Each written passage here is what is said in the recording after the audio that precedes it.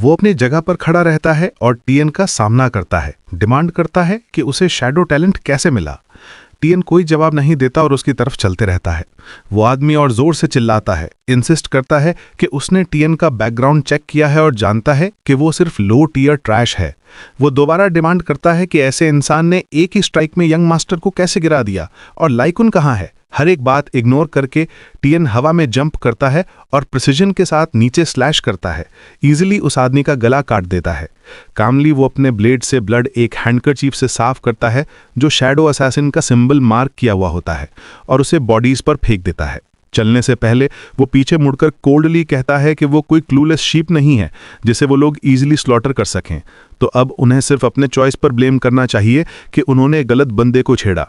1 घंटे बाद मोएन और उसकी टीम सीन पर पहुंचती है। उसकी आंखों में रेज और फ्यूरी जल रही होती है, बस एक ही फोकस, अपने बेटे की मौत के जिम्मेदार इंसान को ढूंढना। इन्वेस्टिगेशन के दौरान उसके एक आदमी को वो हैंडकरचीफ मिलता है जो ये टीएन छोड़ गया था, जिसमें शैडो असैसिन का सिंबल था। ये कंफर्म करता है कि शैडो असैसिन ही शाओ और उसके लोगों की मौत के पीछे है।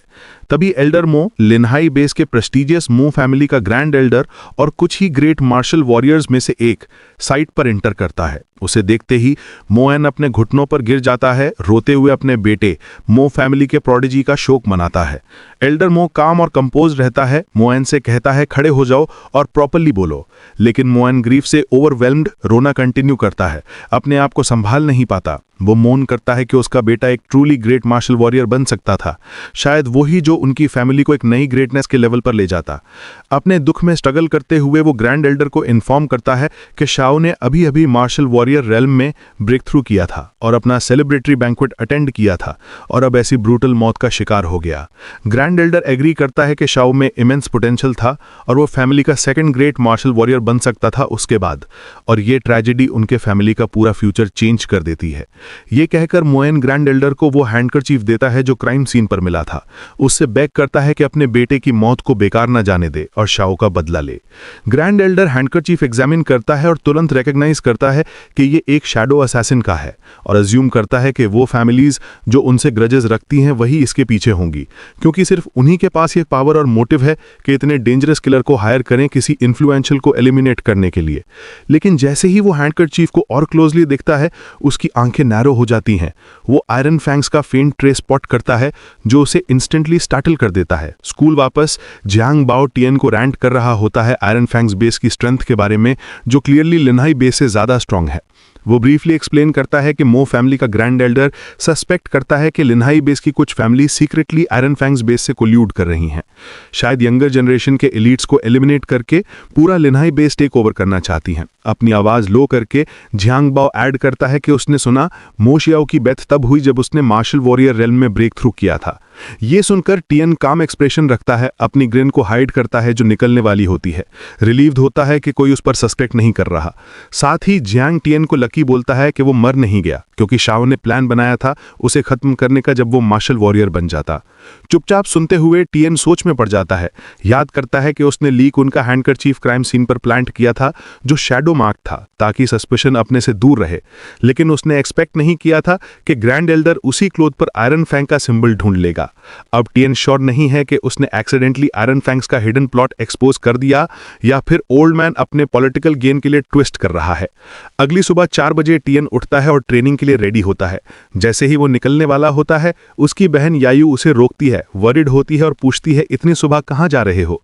टीएन कहता है वो वाइल्ड जोन जा रहा है ट्रेन करने, उसे जल्दी से स्ट्रांग बनना है। यायू फ्राउन करती है, अपसेट होती है कि वो सिर्फ कुछ दिन पहले ही वापस आया था और अब फिर जा रहा है। जैसे ही वो निकलने लगता है, वो पीछे से पकड़कर हग करती है और टीएन जेंटली प्रॉमिस करता है कि वो जल्दी वापस आएगा। वाइल्ड जोन में पहुंचकर टीएन एरिया केयरफुली स्कैन करता है। रूमर्स होते हैं कि यहाँ हाई लेवल मॉन्स्टर्स घूमते हैं, लेकिन अपनी करंट स्ट्रेंथ के साथ उसे पता है कि ज्यादा डीप जाना सेफ नहीं है। अभी वो आउटर एज पर रहता है जहां लो लेवल मॉन्स्टर्स होते हैं, सेफ रहते हुए भी खुद को पुश करता है स्ट्रांग बनने के लिए। डिटर्मिन्ड ग्रीन के साथ टीएन खुद से कहता है कि इस बार वो मार्शल वॉरियर बन के ही रहेगा। जैसे ही वो हंट स्टार्ट करता है, ग्राउंड अचानक शेक करना शुरू कर देता है और पैनिक उसके फेस पर फ्लैश होती है। अर्थक्वेक है क्या? लेकिन पीछे मुड़कर देखता है तो एक आर्मर्ड ऑक्स होता है जिसका weak tier blood line talent और लो टीयर डिफेंस टैलेंट है। टीएन उसका स्टेटस विंडो स्टडी करता है और काम रहता है, सिचुएशन एनालाइज करता है और सोचता है कि मॉन्स्टर ने उसे देखा है या नहीं। आंसर तुरंत मिलता है जब ऑक्स सीधा उसकी तरफ चार्ज करता है। डॉज या रिट्रीट करने के बजाय टीएन अपना बैग जमीन पर फेंकता है और सीधा उसके सामने लंज करता है। हवा में जंप करके वो अपना प्राइमोर्डियल डैगर समन करता है और स्ट्राइक करता है, लेकिन मॉन्स्टर अपना डिफेंस टैलेंट एक्टिवेट करके शील्ड बना लेता है जो हर तरफ से अटैक ब्लॉक कर देता है। ऑक्स रोर करता है, एक पावरफुल शॉकवेव निकालता है जो टीएन को पीछे फेंकते हुए एक रॉक पर स्लैम कर देता है। हिट के बावजूद टीएन विकेट स्माइल के साथ उठता है, मॉन्स्टर के टैलेंट की तारीफ करता है और डिक्लेयर करता है कि जल्द ही वो उसका होगा। दोनों प्राइमोर्डियल डैगर्स होल्ड करके वो कॉन्फिडेंस से आगे बढ़ता है जब मॉन्स्टर जगह पर रोर करता है और अगले स्ट्राइक के लिए रेडी होता है। मॉन्स्टर अपने हुप से ग्राउंड हिट करता है, आंखें रेड फायर से जलती हैं, मुंह खोलकर फॉरवर्ड चार्ज करता है। टीएन डैगर रेस करता है, स्मर्क करता है और वाव करता है कि वो लो टियर डिफेंस टैलेंट को अपना बना लेगा। बिना हेजिटेशन के वो लंच करता है और ऑक्स के मैसिव बॉडी पर लीप कर जाता है। हेड के ऊपर पहुंचकर टीएन याद करता है कि मोस्ट मॉन्स्टर्स का एक ही वीक पॉइंट होता है। अपने वेपन्स टाइटली ग्रिप करके टीएन डैगर्स को ऑक्स के प्रोटेक्टिव फील्ड में ड्राइव करता है। सारी स्ट्रेंथ यूज करता है ब्रेक करने के लिए, लेकिन बैरियर स्ट्रांग रहता है। फिर उसका डैगर सेम पॉइंट पर स्ट्राइक करता है और क्रैक अपीयर होता है शील्ड में, लेकिन डैगर भी टूट जाता है। टीएन एक्सपेक्ट नहीं कर रहा था कि लो टियर डिफेंस टैलेंट वाला मॉन्स्टर इतना टफ होगा। जैसे ही वो रिफोकस करता है, ऑक्स अपना फिस्ट स्विंग करके उसे उड़ा देता है। ग्रिटेड टीथ के साथ वो टीएन कंट्रोल रीगेन करने की ट्राई करता है, लेकिन वो रॉक्स के क्लस्टर में गिरता है, डस्ट का क्लाउड उठता है। फिर भी वो गिव अप नहीं करता, दूसरा डैगर पकड़ के और डिटर्मिनेशन के साथ उठता है। जितना पेन फील करता है उतना ही टैलेंट के लिए उसकी डिजायर बढ़ती है।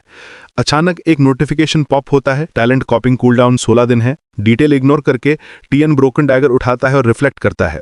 एबिलिटीज देखकर armoured ox somewhere between silver moon wolf और वाइपर होना चाहिए। ऑक्स का बॉडी बड़ा है, अगर वो वीक स्पॉट पिन पॉइंट करे और प्रिसाइज सरप्राइज अटैक्स लॉन्च करे तो अभी भी विक्ट्री का रियल शॉट है। शैडो टैलेंट यूज करके टीएन मॉन्स्टर के अराउंड सर्कल करता है।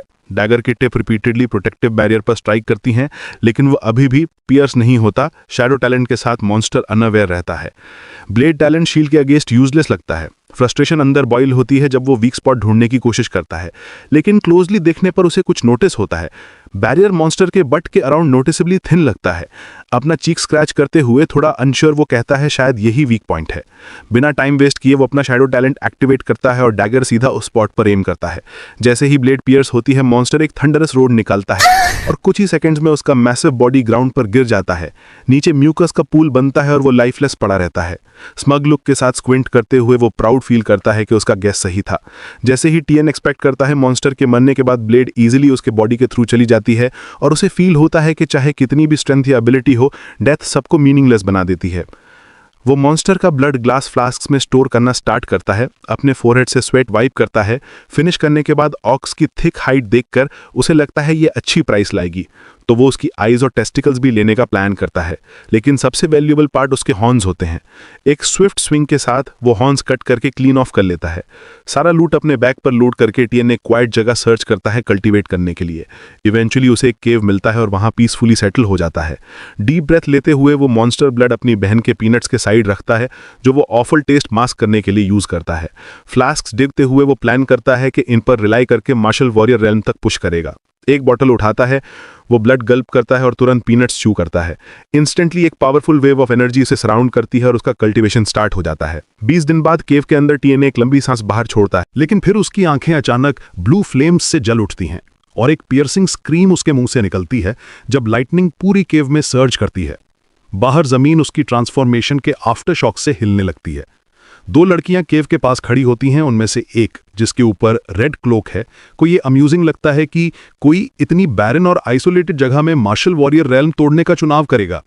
तभी दूसरी लड़की जो ब्लैक क्लोक पहनी है जिसमें मार्शल पवेलियन का सिंबल है, चुप रहती है लेकिन एक फेंट स्माइल देती है। क्लियरली जो वो सेंस कर रही है उससे इंट्रीग्ड है।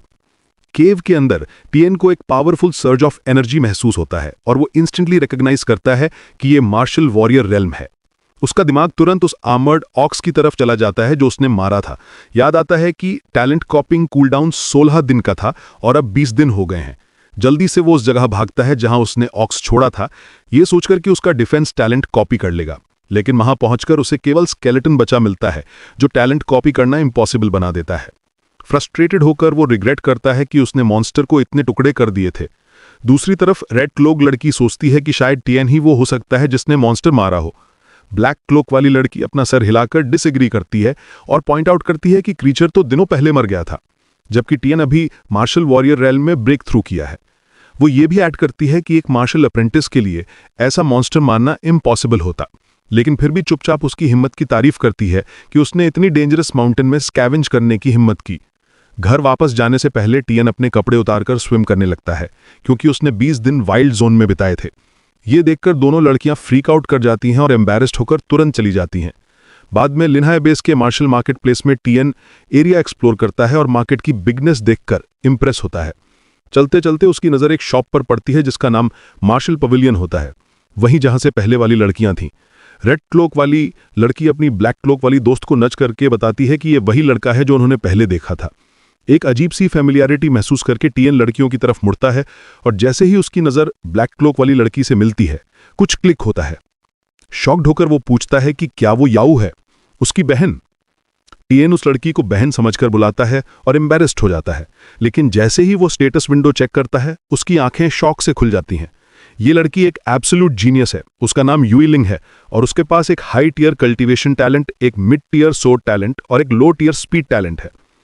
रेड क्लोक्ड वाली श्याओ टीएन पर गुस्सा हो जाती है कि उसने उसकी दोस्त को अपनी बहन कहा और उसकी तारीफ की, जबकि वो एक स्कैंजर है। यह सुनकर टीएन कंफ्यूज्ड हो जाता है और सोचता है कि क्या उससे अभी भी बुरा स्मेल आ रहा है बात लेने के बाद भी। युई लिंग कामली श्याओ को वार्न करती है कि बेवजह मत बोलो। धीमी आवाज में वो कुछ श्याओ के कान में कहती है और उसे कहकर चली जाती है। तुरंत श्याओ का बिहेवियर बदल जाता है। वो रिस्पेक्टफुली झुककर अपनी पहले वाली रूडनेस के लिए माफी मांगती है और कहती है कि उसकी लेडी युई लिंग ने उससे करेक्ट किया है। उसके बाद वो ऐड करती है कि युई लिंग को इंपॉर्टेंट मैटर्स की वजह से पहले ही जाना पड़ा। टीएन का हाथ पकड़कर वो मान लेती है कि वो यहाँ सप्लाईज बेचने आया है और इंसिस्ट करती है कि पहले वाली बदतमीजी के लिए वो उनके आइटम्स डबल प्राइस पर खरीदेंगे। 2 वॉलंटियर्स उसका लूट बैग ले जाते हैं और एक प्राइवेट रूम में लेकर जाते हैं। अंदर रेयर और हाई क्वालिटी आइटम्स से भरा हुआ होता है। प्रूफ करता है कि ये मार्शल मार्केट प्लेस का सबसे बड़ा शॉप है। लड़की उसे टी ऑफर करती है और बताती है कि आर्मर डॉग्स के हॉर्न्स और लेदर का वैल्यू 20,000 यूएन है। प्रॉमिस के मुताबिक वो डबल करेंगे, मतलब 40,000। टीएन को यह सुनकर शॉक लगता है, उसने इतना पैसा एक्सपेक्ट नहीं किया था। थोड़ी देर बाद शियाओ उसे 4 वाइट कार्ड्स देती है, हर एक 10,000 वेन का। एक्साइटेड होकर टीएन सोचता है कि याओ यू ये देखकर कितनी खुश होगी। जैसे ही वो निकलने लगता है, शियाओ ऐड करती है कि मैनेजर युई लिंग ने कहा है कि अपॉलॉजी के जेस्चर में उसे किसी भी चीज पर 50% डिस्काउंट मिलेगा। ये सुनकर टीएन शॉप का रेफरेंस मेन्यू देखना शुरू करता है। प्राइसेस उसे बहुत ज्यादा लगती हैं और वो मन ही मन मटर करता है कि कल्टीवेशन एसोसिएशन पे कंट्रोल करने वाले बड़े फैमिलीज ही सब कुछ ओवर प्राइस करते हैं। फिर भी वो डिसाइड करता है कि एक प्रोफाउंड ट्रेनिंग मैनुअल, एक monster directory, 3 bottles mid tier monster blood और 3 रिस्टोरेटिव एलेक्साइज ले लेगा। सब मिलाकर 78,500 वेन होता है, लेकिन डिस्काउंट के बाद उसे सिर्फ 70,000 देना पड़ता है।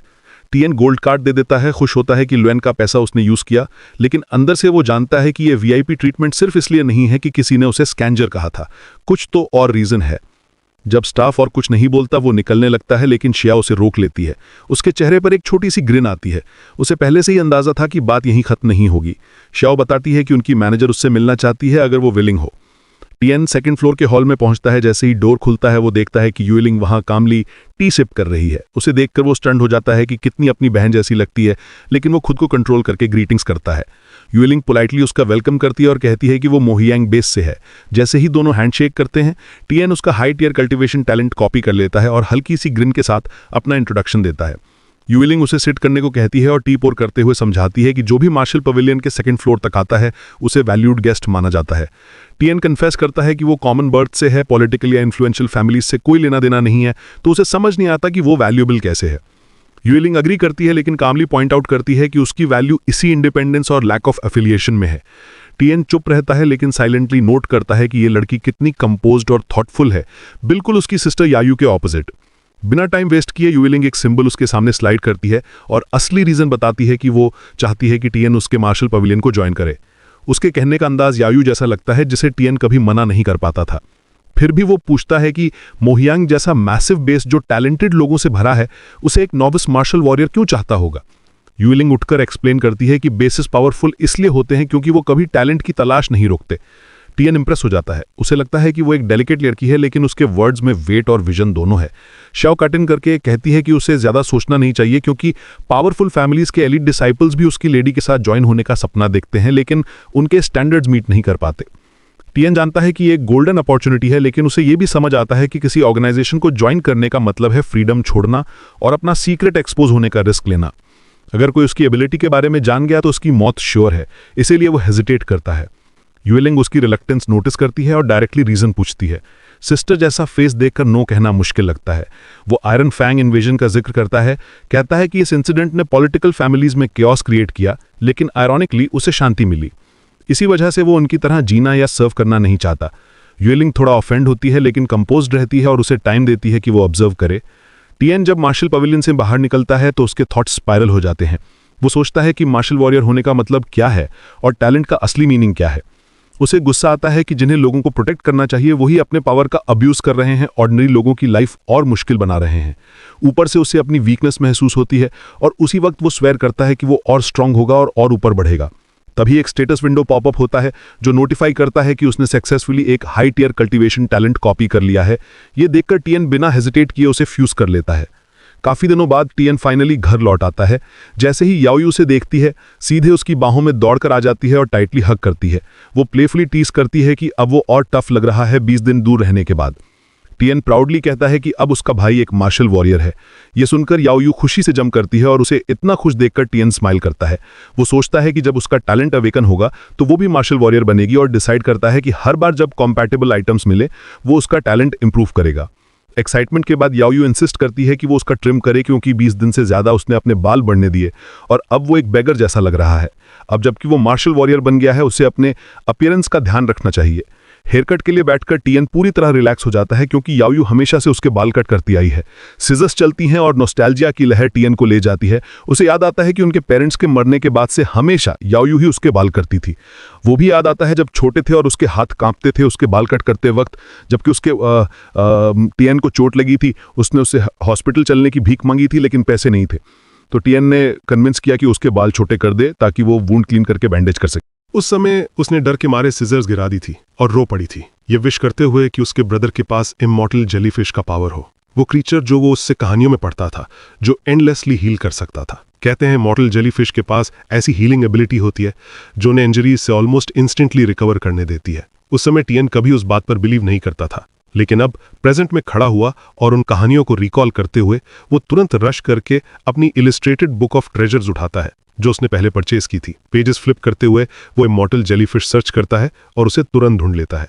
बुक के अकॉर्डिंग ये क्रीचर एक वाटर टाइप बीस्ट है जिसके पास हीलिंग टैलेंट है और इसे लेक ऑफ डेथ नाम की जगह पर पाया जा सकता है। ये डिस्कवरी टियन के दिमाग में एक थॉट स्पार्क करती है। अगर वो ये हीलिंग टैलेंट कॉपी कर ले तो उसे इंजरीज की टेंशन नहीं रहेगी और यायू भी उसके लिए वरी करना बंद कर देगी। क्यूरियस होकर यायू बुक में झांकती है और स्टंट हो जाती है, वही क्रीचर देखकर जो उनकी चाइल्डहुड स्टोरीज का हिस्सा था। शॉक्ड थी कि ये टेल सिर्फ बनाई गई नहीं थी, फिर भी वो टियन को खींचकर मिरर के सामने लाती है उसका हेयर कट कंप्लीट करने के लिए। शाम को टियन अपने रूम में बैठा रीडिंग कर रहा होता है, एक नई बॉडी ट्रेनिंग टेक्निक टेस्ट कर रहा होता है जो स्पेशली मार्शियल वॉरियर्स के लिए डिजाइन की गई है। ये मेथड स्टेजेस में प्रोग्रेस करती है।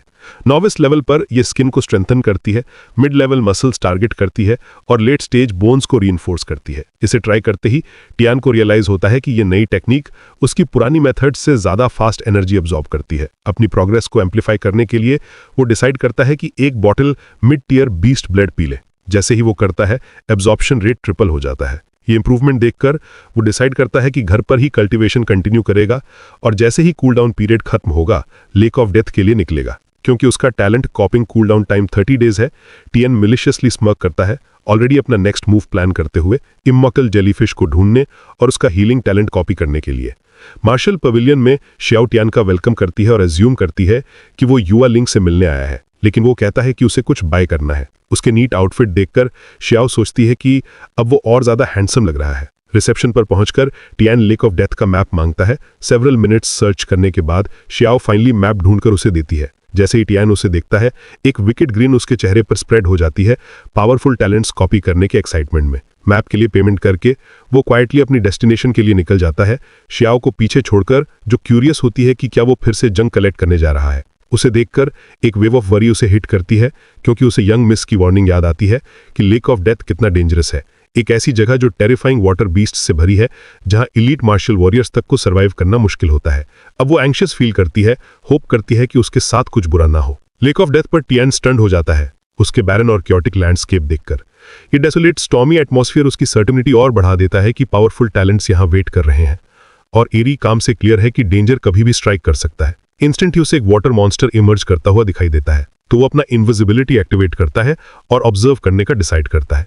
एक माउंटेन पीक की तरफ स्प्रिंट करते हुए बेटर वांटेज पॉइंट के लिए वो नोटिस करता है कि एक गर्ल और एक एल्डरली मैन अम्ब्रेला यूज करके पानी में डाइव कर रहे हैं, वहीं जहां मॉन्स्टर अपीयर हो रहा है। ध्यान से देखने पर उसे रियलाइज होता है कि वो युवा लिंग है अपने एल्डरली कंपेनियन के साथ। दोनों हवा में लीप करते हैं, नैरोली मॉन्स्टर के प्रेजेंस से ट्रिगर्ड हुई लाइटनिंग बोल्ट से बचते हुए। युवालिंग अपने हाथ में एक चेस्ट क्लच की होती है। उनके एक्सप्रेशंस क्लियर करते हैं कि उन्हें लगा था वे जिंदा नहीं बचेंगे। जैसे ही टॉप टियर मॉन्स्टर अपना माउथ उन्हें डिवोर करने के लिए खोलता है, वो टाइम से पानी से निकल जाते हैं। एग्जॉस्टेड, लिंग एक पास के रॉक पर गिर जाती है, अनअवेयर कि उसके पीछे एक swarm of small monsters crawl कर रहा है। उसे फॉल होते देख टियान जानता है कि उसके पास कोई ऑप्शन नहीं है। अपना स्पीड टैलेंट यूज करके वो ब्लर की तरह डांट करता है, रेडी टू स्ट्राइक और उसकी प्रोटेक्शन के लिए। लिंक कंटिन्यूसली रन करती है, डिटरमिन्ड कि मॉन्स्टर्स उसे पकड़ न सकें। एक मॉन्स्टर सिर्फ इंचेस अवे होता है जब उसका एल्डरली टीममेट चिल्लाता है अपनी यंग लेडी को सेफ रहने को कहकर। तभी लिंक मॉन्स्टर की तरफ मुड़ती है, अपनी आईज क्लोज करती है और अपना सीक्रेट टेक्निक एक्टिवेट करती है। एक ग्लोइंग फ्लावर उसके फोरहेड पर फॉर्म होता है, एक सेबर उसके हाथ में अपीयर होती है। उसके बाल पिंक हो जाते हैं और पिंक एनर्जी वेव्स उसके आसपास स्वॉल करने लगती हैं। ब्लिंक में वो वैनिश हो जाती है, मॉन्स्टर को कंफ्यूज करते हुए, फिर मिड एयर रीअपीयर करती है अपने एनिमी पर लॉक्ड फोकस के साथ। विदाउट हेजिटेशन वो मॉन्स्टर को क्लीन स्लाइस कर देती है। दूर से देखते हुए टियान पीछे हट जाता है, अपने आप को फूल कहकर हेड शेक करता है। ये बैटल एक नॉविस मार्शल वॉरियर के लिए कभी जीतना पॉसिबल नहीं था। जो भी टेक्निक लिंग ने अभी यूज की, उसने उसे ब्लो अवे कर दिया। क्वाइटली एक पास के क्लिफ पर खड़ा वो देखता है लिंग हर मॉन्स्टर को एफर्टलेस कट कर रही है अपनी सेबर से। उस मोमेंट पर उसके सब डाउट्स वैनिश हो जाते हैं। वो क्लियरली एक एलीट मार्शल वॉरियर है अपने रेल्म के पीक पर। अपने सीक्रेट टेक्निक के साथ वो ऑलमोस्ट एक लेजेंडरी वॉरियर के बराबर है। डजन्स मॉन्स्टर डेड पड़े होते हैं और 10 टियान जैसे लोग भी उसके सामने टिक नहीं पाते। सडनली लेक मॉन्स्टर दोबारा राइज करता है और एल्डरली मैन उसके जॉज में फंस जाता है। जैसे ही क्रीचर उसे डिवोर करने की तैयारी करता है, वो लिंक को चिल्लाता है एस्केप करने के लिए। वो वॉर्न करता है कि उसका सीक्रेट टेक्निक खत्म होने वाला है। अगर वो जिंदा नहीं निकली तो उनके 10 फॉलन कॉमरेड्स की डेथ बेकार हो जाएगी, स्पेशली क्योंकि जो ट्रेजर उन्होंने रिकवर किया है वो इतना इंपॉर्टेंट है। ये सुनकर टियान स्टन्ड हो जाता है, वंडर करता है कि कौन सा ट्रेजर ऐसा है जिसके लिए इतना बड़ा रिस्क लिया गया। कोई ऑप्शन न होते हुए लिंक डेंजरस क्लिफ से लीप करके उस वाले पर आती है जहां टियान सेफली मॉन्स्टर से दूर खड़ा होता है। उसके फोरहेड का फ्लावर फेड होने लगता है, सिग्नल करता है कि उसका टेक्निक वेयर ऑफ हो रहा है। एग्जॉस्टेड वो ग्राउंड पर कोलैप्स कर जाती है ट्रेजर के साथ। जैसे ही टियान उसे एग्जामिन करने के लिए हाथ बढ़ाता है, लिंक अपने वीक स्टेट के बावजूद फेंट वॉइस में उसे वार्न करती है कि उसे टच ना करे। उसकी प्रोटेक्टिवनेस देखकर टियान उसे अश्योर करता है कि उससे स्टील करने का इंटेंशन नहीं है और डिसाइड करता है कि उसे एक सेफर जगह ले जाए। धीरे से उसे अपने आर्म्स में उठाता है और परमिशन मांगता है एक नियर बाय केव में चलने की। जब वो साइलेंट रहती है तो इसे अग्रीमेंट समझकर उसे क्वाइटली ले जाता है। केव के अंदर लिंक डीपली सो जाती है एग्जॉशन और इंजरीज की वजह से, टियान के क्लोक में रैप्ड मम रखने के लिए। उसे देखते हुए टियान नोटिस करता है कि वो कितनी उसकी सिस्टर की तरह लगती है, सिर्फ उसके आंख के पास एक छोटी ब्यूटी मार्क के अलावा। इंस्टिंक्टिवली वो उसे वाइप करने की कोशिश करता है, लेकिन जब उसकी फिंगर्स टच करती हैं और वो बज नहीं होता, एक नर्वस फीलिंग क्रीप करती है। आज बीत जाते हैं और लिंक अभी तक नहीं जागी थी।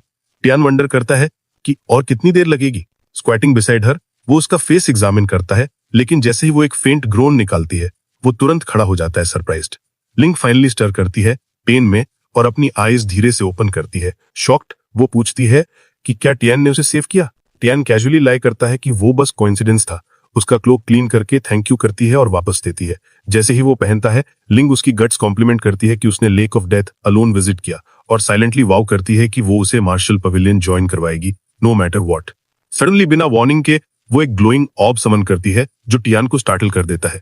लिंक ग्रिन करती है उसके रिएक्शन पर और एक्सप्लेन करती है कि इसे लाइट स्टोन कहते हैं, एक टूल जो लाइट स्टोर और एमिट करता है। टियान स्टन्ड हो जाता है कि उसने इसे इतनी एफर्टलेसली अपीयर कर लिया। लिंक उसकी क्यूरियोसिटी अम्यूजिंग लगती है और प्रॉमिस करती है कि वो सब एक्सप्लेन करेगी जैसे ही अपना हीलिंग पोशन फिनिश कर लेगी। क्वाइटली पोशन के इफेक्ट का वेट करते हुए टियान अपने थॉट्स में ड्रिफ्ट करता है, वंडर करता है कि क्या ये कोई स्पेस टाइम टैलेंट है, लेकिन उसे रिकॉल होता है कि उसके लिस्टेड टैलेंट्स में स्पेस रिलेटेड कुछ नहीं था। जैसे ही हीलिंग कंप्लीट होता है, वो सडनली टियान को लाइटली लेग पर किक करती है और कहती है उठ जाओ। याद दिलाती है कि वो जानना चाहता था आइटम्स कहां से आए। फिर वो एक हाथ में ब्रॉन्ज चेस्ट उठाती है और दूसरे में एक स्मॉल पाउच। टियान के सरप्राइज के लिए पाउच इंस्टेंटली पूरा चेस्ट एब्जॉर्ब कर लेता है। तभी उसके दिमाग में क्लिक करता है, ये कोई स्पेस टैलेंट नहीं बल्कि एक स्पेस टाइप ट्रेजर है। अपने बाल कैजुअली एडजस्ट करते हुए वो ऑफर करती है उसे टीच करने का कि इसे कैसे यूज करे अगर वो मार्शल पवेलियन ज्वाइन करे। लेकिन उसके फिनिश करने से पहले ही टियान रोल ओवर करके प्रिटेंड करता है कि वो सो गया है जैसे ही ज्वाइन करने की बात आई, जिससे वो फ्यूम कर जाती है। अपने दांतों को क्लिंच करके वो उसे घूरती है और मटर करती है कि एक दिन वो उसे ज्वाइन करवाएगी नो मैटर व्हाट। इस बीच आईज क्लोज करके लेटे हुए टियान सोचता है कि वो स्पेस आइटम्स इतने स्पेशल नहीं रहेंगे जब वो उनकी एबिलिटी कॉपी कर लेगा, तो अब फर्स्ट करने की जरूरत नहीं है। नेक्स्ट मॉर्निंग टियान उठता है और इमीडिएटली लिंक को सर्च करता है, लेकिन वो ऑलरेडी जा चुकी होती है।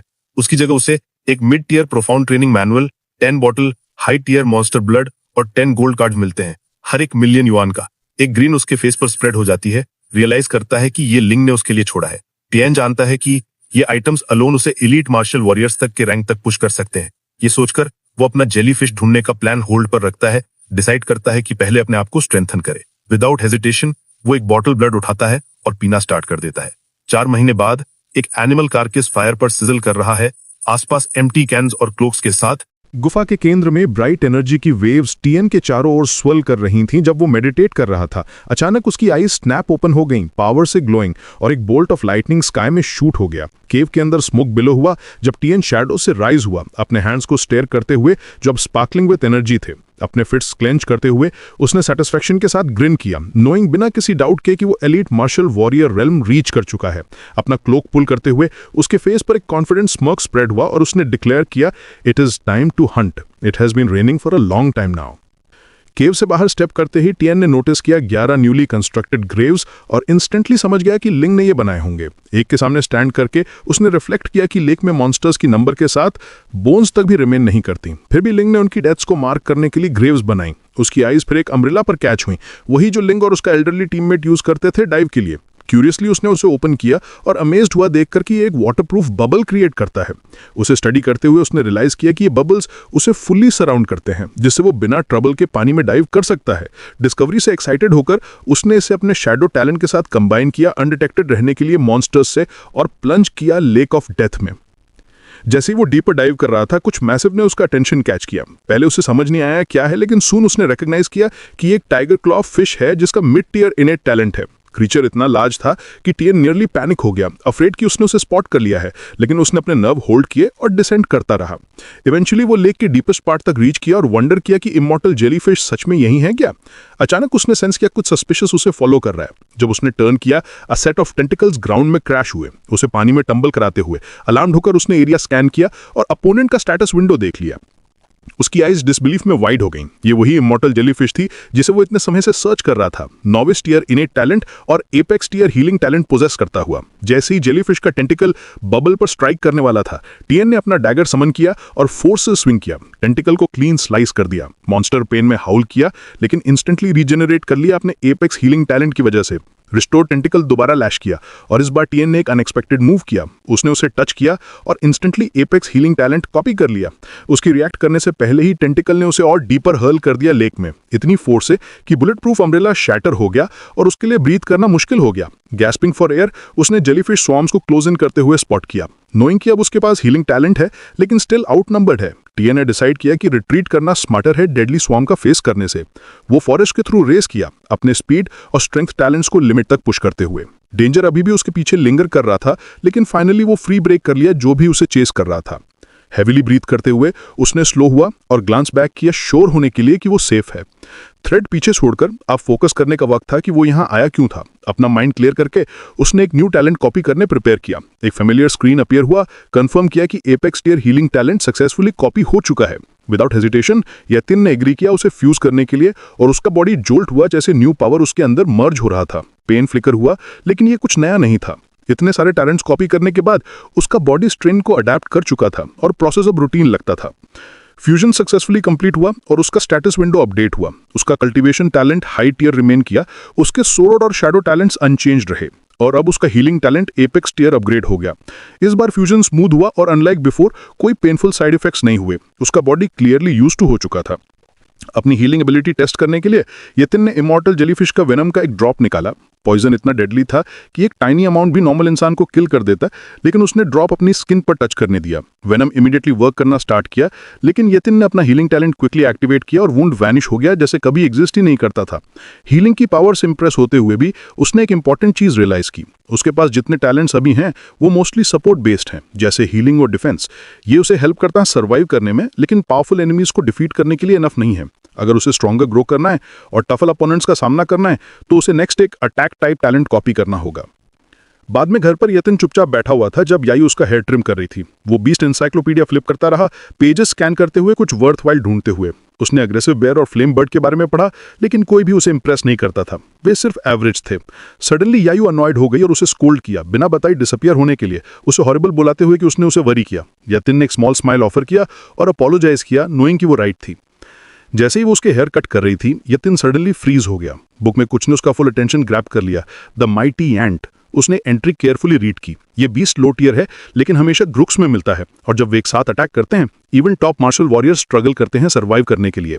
यतिन की आइज लाइट अप हो गई। ये एग्जैक्टली वही था जो वो सर्च कर रहा था। ये सिर्फ रॉ पावर के बारे में नहीं था, ये टीम वर्क, कोऑर्डिनेशन और ओवरवेलमिंग फोर्स के बारे में था। अब वो जानता था कि नेक्स्ट क्या हंट करना है। याइन मार्शल पवेलियन एंटर किया और एक पोलाइट वॉइस ने उसे वेलकम किया। काउंटर के पीछे एक फेमिलियर गर्ल ने उसे रिकॉग्नाइज किया और स्माइल किया, surprise to see Yatin again. कुछ टाइम बाद उसने कैजुअली पूछा कि आज वो क्या ढूंढ रहा है। Without wasting a moment Yatin ने रिप्लाई किया कि उसे कंप्लीट माइटी एंड बॉडी चाहिए। पहले शियाओ थोड़ी कंफ्यूज थी, सोचती हुई शायद वो इसे वाइन में सोक करना चाहता है जैसे दूसरे करते हैं फिजिकल रिकवरी बूस्ट करने के लिए। उसने इवन जोक किया कि शायद वो वीक फील कर रहा है, लेकिन यतिन ने क्विकली मिसअंडरस्टैंडिंग क्लियर कर दी। शियाओ ने अपोलोजाइज किया और बताया कि उनके पास माइटी एंड स्टॉक में नहीं है, लेकिन उसे टर्न अवे करने के बजाय उसने कुछ रीसेंट न्यूज शेयर की जो उसे इंटरेस्ट कर सकती थी। उसने एक्सप्लेन किया कि लिंगहाई बेस अभी एक मिड साइज्ड बेस के साथ काम कर रहा है, एक कॉमर्शियल ट्रेड रूट बिल्ड करने के लिए, और दोनों लोकेशंस के बीच का एरिया वाइल्ड और डेंजरस बीस्ट से फिल्ड है। उनमें एक नेस्ट ऑफ माइटी एंड्स भी है। हियरिंग दिस, यतिन ने इमीडिएटली डॉट्स कनेक्ट किया और पूछा कि क्या बेस जिसका वो रेफरेंस कर रही हैं आयरन फैंग बेस है, जो लिंगहाई के पास अकेला मिड साइज्ड बेस है।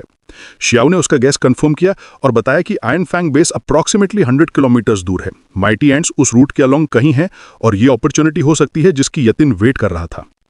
शियाओ के साथ चैट करते हुए यतिन क्लोजली लिसन करता रहा जब उसने आयरन फैंग बेस की सिचुएशन के बारे में और शेयर किया। उसने कुछ इंटरेस्टिंग ब्रिंग अप किया। अपेरेंटली कुछ टाइम पहले मो फैमिली का एक पर्सन मिस्टीरियस सर्कमस्टेंसेस में डाई हो गया। उस वजह से मो फैमिली ने सस्पेक्ट किया कि iron fang base secretly invasion plan कर रहा था। यतिन ने आईब्रो रेस किया, लेकिन शियाओ ने कंटिन्यू किया और एक्सप्लेन किया कि मो फैमिली ने मैटर डायरेक्टली इन्वेस्टिगेट किया। सरप्राइजिंगली आयरन फैंग बेस ने मिसअंडरस्टैंडिंग पीसफुली रिजॉल्व कर लिया, at least on the surface. Actually सिर्फ मो फैमिली के इन्वॉल्वमेंट की वजह से ही आयरन फैंग बेस और लिन फैमिली एक एग्रीमेंट रीच कर पाए कॉमर्शियल ट्रेड रूट बिल्ड करने का। ये इन्फॉर्मेशन यतिन को थिंकिंग में डाल दिया। अगर मो फैमिली का हाथ इसमें था तो एक गुड चांस है कि वो कुछ शेडी में इन्वॉल्व थे, क्योंकि टाइमिंग और कनेक्शंस ऑफ लग रहे थे।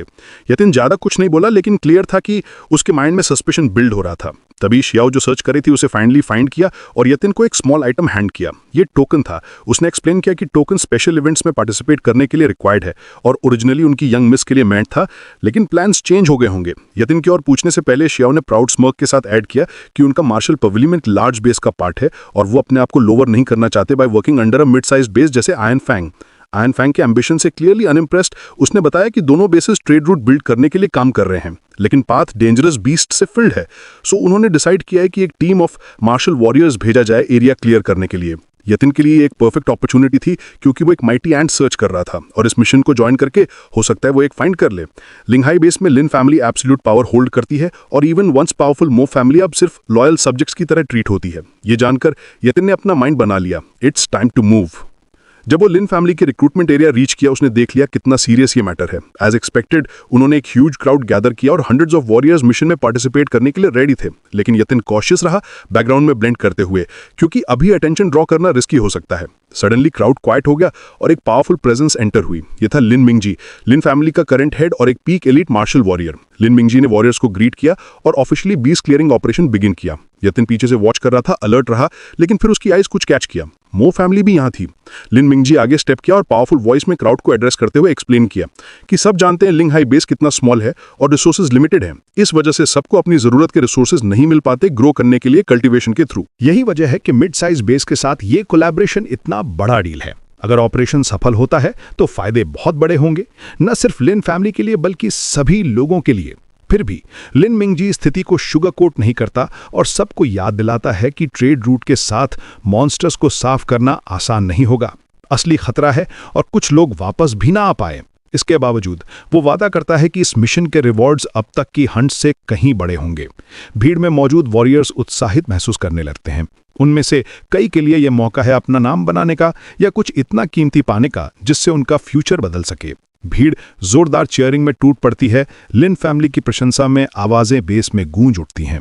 इस उत्साह के बीच येतियन दूर से देखता है और कैप्टन गेल वुल्फ को नोटिस करता है। सोचता है कि क्या वो अब भी उसे याद करता है, लेकिन इससे पहले कि वो ज्यादा सोचे, लिन मिंगजी फिर से मजबूत कन्विक्शन के साथ बोलता है, इकट्ठे हुए वॉरियर्स की सभी शंकाओं को दूर करते हुए। लिन मिंगजी सबको भरोसा दिलाता है कि इस ऑपरेशन के दौरान जो भी कमाया जाएगा, चाहे रेयर बीस्ट पार्ट्स हों, मटेरियल्स हों या ट्रेजर्स, वो पूरी तरह से उन्हीं का होगा। लिन फैमिली उसमें से कोई हिस्सा नहीं लेगी। फिर एक और सरप्राइज आता है जब लिन मिंगजी अतिरिक्त रिवॉर्ड्स की घोषणा करता है। हर मार्शल वॉरियर को मिड टीयर मॉन्स्टर ब्लड की 20 बॉटल्स और 2 मिलियन कॉइन्स मिलेंगे। दूसरी ओर एलीट वॉरियर्स को हाई टीयर मॉन्स्टर ब्लड की 3 बॉटल्स और 10 मिलियन कॉइन्स दिए जाएंगे। भीड़ फिर से गूंज उठती है, अब पूरी तरह मोटिवेटेड। ये अनाउंसमेंट सिर्फ एक ऑफर नहीं बल्कि एक गोल्डन अपॉर्चुनिटी है। एक लंबी लाइन उत्सुक वॉरियर्स की असेसमेंट स्टेशन के पास बन जाती है, जहां एक ऑफिशियल सबको हाथ ग्लोइंग स्टोन पर रखने का निर्देश देता है। ये स्टोन हर व्यक्ति की स्ट्रेंथ मापता है और उनकी कल्टीवेशन का करंट लेवल दिखाता है। एक परिणाम मिड टीयर मार्शल अप्रेंटिस दिखाता है और वो वॉरियर एक तरफ हट जाता है जबकि लाइन में अगला आगे बढ़ता है। यह तीन इंतजार करता है और देखता है।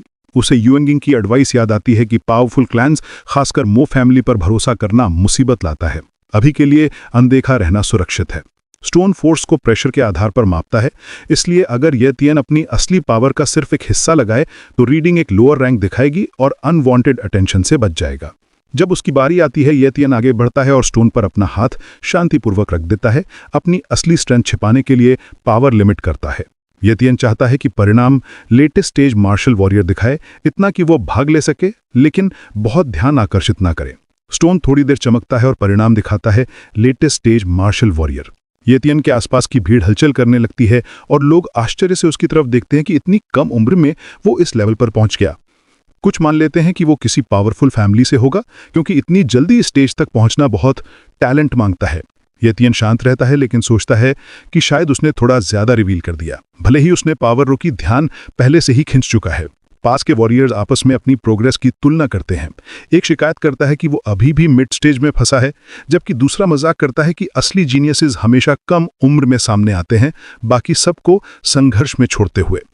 असेसमेंट एरिया से ज्यादा दूर नहीं कैप्टन गेल वुल्फ ये दृश्य देखता है। उसकी स्क्वाड अब भी एक सदस्य कम है और येतियन का प्रदर्शन देखकर वो सोचता है उसे टीम में शामिल कर ले। भीड़ उत्साह से गूंज रही है।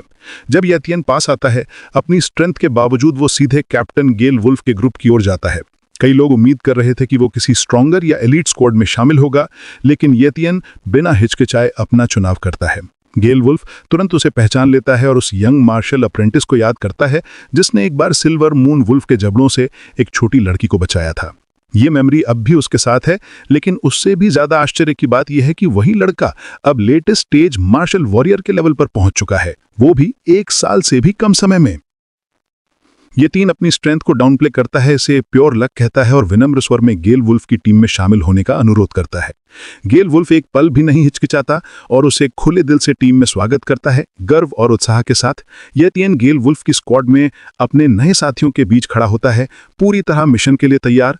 वो विनम्रता से उनसे कहता है कि ऑपरेशन के दौरान वो उसका ध्यान रखें और समूह गर्मजोशी से उसका स्वागत करता है, खासकर एक और लेटेस्ट स्टेज मार्शल वॉरियर पाकर। उसकी मौजूदगी उनका मोराल उठाती है, उन्हें और आत्मविश्वास देती है कि यह हंट उम्मीद से ज्यादा स्मूथली हो सकती है। आगे गेल वुल्फ टीम को इकट्ठा करता है और मिशन जोन की ओर इशारा करता है, समझाता है कि इस इलाके में सिर्फ वीक टीयर मॉन्स्टर्स की उम्मीद है। फिर भी वो सबको दृढ़ता से याद दिलाता है कि सतर्क रहें और बिना सोचे समझे रश न करें, क्योंकि सेफ्टी हमेशा पहले आती है। जैसे ही वो आगे बढ़ने लगते हैं, येतियन अचानक महसूस करता है कि कुछ तेजी से उनकी ओर बढ़ रहा है। टीम तुरंत स्टिफ हो जाती है, बैटल के लिए तैयार, लेकिन गेल वुल्फ उन्हें जल्दी से आश्वस्त करता है, कहता है कि शायद ये मॉन्स्टर्स की पहली वेव है और जिसे वो संभाल सकते हैं। वो पोजीशंस असाइन करते हैं, वो आगे लीड करेगा, येतियन पीछे को कवर करेगा और बाकी बीच और किनारों को संभालेंगे। सब कुछ तय होने के बाद येतियन अपना ध्यान केंद्रित करता है और शांत स्वर में कहता है कि जो भी आ रहा है वो उसे उस पर छोड़ दे। यतियन और उसका समूह बिल्डिंग के पास खड़ा होता है। सामने दो लाल जानवर गुर्राते हुए हमला करने की तैयारी करते हैं। दोनों ओर से तनाव बनता है। यतियन का एक साथी बैटल शुरू करने के लिए चिल्लाता है और यतियन सहमत होता है। उसकी नजर दुश्मनों पर टिकी रहती है। एक ही पल में लाल जानवर आगे की ओर दौड़ते हैं। उनकी चाल वाइल्ड और तेज होती है, लेकिन यतियन तुरंत अपनी तलवार निकालता है और उनके हमले का सीधा सामना करता है। यतियन पहला वार रोकता है और एक लाल जानवर को मार देता है। बिना समय गवाए यतियन दूसरे लाल बीस्ट की ओर दौड़ता है और फिर जोरदार ताकत से यतियन अपना पैर ऊपर उठाकर एक और जानवर को लात मारता है जो पीछे की ओर उड़ जाता है। यतियन अपनी तलवार कसकर पकड़ता है, आगे कूदता है और ब्लेड को गहराई तक क्रीचर के शरीर में घूप देता है। तलवार पूरी तरह अंदर चली जाती है और लाल जानवर जोर की चीख छोड़कर जमीन पर गिर जाता है, बेजान। लड़ाई के बाद यतियन और कैप्टन गेल वुल्फ गिरे हुए बीस्ट के बीच खड़े होते हैं। लड़ाई जल्दी खत्म हो जाती है, लेकिन साफ तौर पर सभी की स्किल दिखाती है। गेल वुल्फ गर्व से बताता है कि उसने 3 दुश्मनों को हराया, जबकि यतियन बस मुस्कुराता है, ये छिपाते हुए कि उसने जानबूझकर अपनी पूरी ताकत नहीं दिखाई ताकि ध्यान न खिंचे। एक और साथी हंसता और मजाक करता है कि यतियन पहले से ही अपनी उम्र के हिसाब से इंप्रेसिव है। गेल वुल्फ को चढ़ाते हुए कहता है कि शायद अब कैप्टन को दिखावा करना बंद कर देना चाहिए। गेल वुल्फ भी गेम में शामिल हो जाता है, नाराज होने का नाटक करता है और फिर ग्रुप के साथ हंसता है। फिर कोई एक गंभीर ऑब्जर्वेशन करता है कि वुल्व्स ने वैली के अंदर घात लगाकर हमला नहीं किया, जहां टीम फंस जाती और वुल्व्स को जीतने का बेहतर मौका मिलता। समूह चुप हो जाता है, महसूस करता है कि कुछ ठीक नहीं है। अगर वुल्व्स ने अपनी यूजुअल स्ट्रैटेजी नहीं अपनाई तो शायद उन्हें जल्दबाजी में या मजबूर होकर लड़ना पड़ा। इसके बाद एक सदस्य चारों ओर ध्यान से देखता है और अचानक महसूस करता है कि वुल्व्स का असली इरादा वैली में हमला करना हो सकता था, लेकिन शायद किसी और ने उन्हें रोका। वो ये भी सुझाव देता है कि शायद ये जगह वुल्व्स का टेरिटरी ही नहीं है और स्ट्रॉन्गर बीस्ट ने उन्हें यहां से बाहर कर दिया हो। ये सुनकर टीम असली खतरे को समझने लगती है और एक युवा सदस्य घबरा कर कहता है कि वो सिर्फ 5 लोग हैं, वो भी इस सिटी में गहराई में। लेकिन एक और सदस्य सबको दिलासा देता है और याद दिलाता है कि उनके पास 3 मिड स्टेज और 2 लेट स्टेज मार्शल वॉरियर्स का मजबूत दल है, जो आत्मविश्वास रखने और अपनी ग्राउंड पकड़ने के लिए काफी है। तनाव कम करने के लिए गेल वुल्फ लिन फैमिली के वॉकी टॉकी जैसा एक छोटा डिवाइस दिखाता है और समझाता है कि हर कैप्टन को इमरजेंसी के लिए ये दिया गया है। अगर कुछ गलत होता है तो गेल वुल्फ तुरंत बैकअप बुला सकता है। इस आश्वासन से टीम का कॉन्फिडेंस वापस आ जाता है। जैसे ही वो सिटी के अंदर सावधानी से आगे बढ़ते हैं, कैप्टन गेल वुल्फ अचानक हाथ उठाता है, सबको रुकने का इशारा करता है क्योंकि उसे मूवमेंट महसूस होती है, कुछ उनके ठीक ऊपर है। यतियन तुरंत अपनी टैलेंट विंडो से उसकी पहचान चेक करता है और देखता है कि वो फायर ब्रीदिंग लिजर्ड है, एक लो टीयर बीस्ट जिसके पास नोविस लेवल इनेट टैलेंट और लो टीयर फायर टैलेंट है। वो ग्रुप की ओर आग फेंकना शुरू कर देता है। बाकी साथी आत्मविश्वास से आगे आते हैं क्योंकि पहले यतियन और गेल वुल्फ ने मॉन्स्टर्स को संभाला था। गेल वुल्फ सबको याद दिलाता है कि भले ही लिजर्ड लो टीयर है, लेकिन उसकी फ्लेम्स खतरनाक हो सकती हैं, इसलिए सावधानी बरतनी होगी। छोटा दल एक्शन में कूद जाता है और यतियन साइड से देखता है, थोड़ी चिंता के साथ, लेकिन गेल वुल्फ उसे भरोसा दिलाता है कि टीम ठीक रहेगी। थोड़ी देर बाद समूह जीत कर लौटता है और बीस्ट को गिरा देता है।